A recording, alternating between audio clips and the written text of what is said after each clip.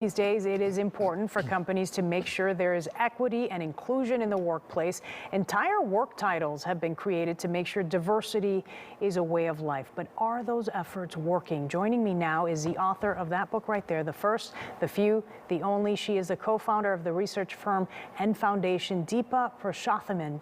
You've been studying diversity in the workplace. Thank you for joining us. I got to begin with what you found. Is the work being done? Do you consider it effective? I know a lot of companies are focused on it right now, but the challenge that we're finding, and there was a new report that came out from Edelman yesterday that suggested progress isn't coming as fast as employees want it to happen. And so I think part of it is that people don't understand that it took us a long time to get here. It's going to take us a long time to get out of this.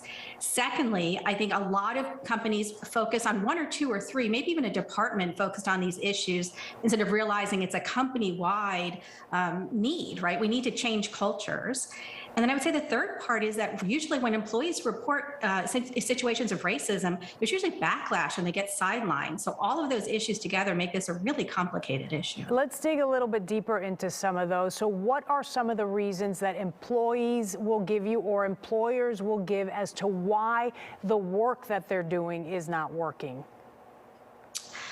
Again, I think part of this challenge is we are so new in this conversation. It's only in the last 1 or 2 years that companies are really having serious conversations about race. And so one, I think there's a lot of fear around talking about topics like this, getting it wrong. And when I work with leaders, so often they're so scared of saying the wrong thing that sometimes they choose not to say anything. So one of the first things we need to really understand and really start talking about is we are not going to get it right the first time, but we need to engage in the conversations. We need to talk about inclusion. We need to talk about racism if we're going to solve for it. Okay. Do you feel like a lot of companies are starting to follow some of that or are making changes, they're making improvements, or are they still sort of flatlining? What we're seeing is half the companies have put in people like chief inclusion officers or put in departments to focus on topics like this. And some of those companies are making progress, but again, not fast enough.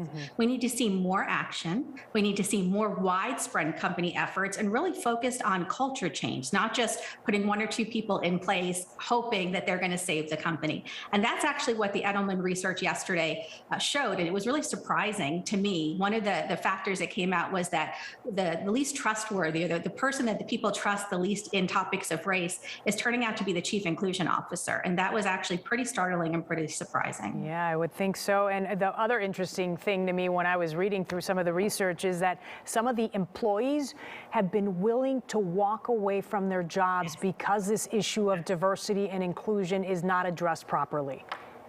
Yeah, what the report found and what I found in my own work is that over 60% of employees are willing to walk away or have actually walked away in the last year as a result of cultures not being ready to address race. And so this is a real issue, especially in a time when companies are looking to increase their diversity. If those same employees are walking away, we're almost making the problem worse right now. Long road ahead. What advice would you give to an employer, let's say?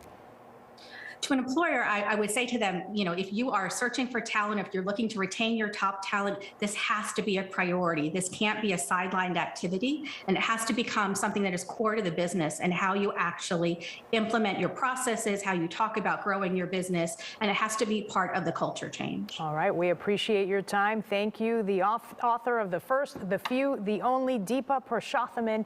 Thank you for your time. Thank you.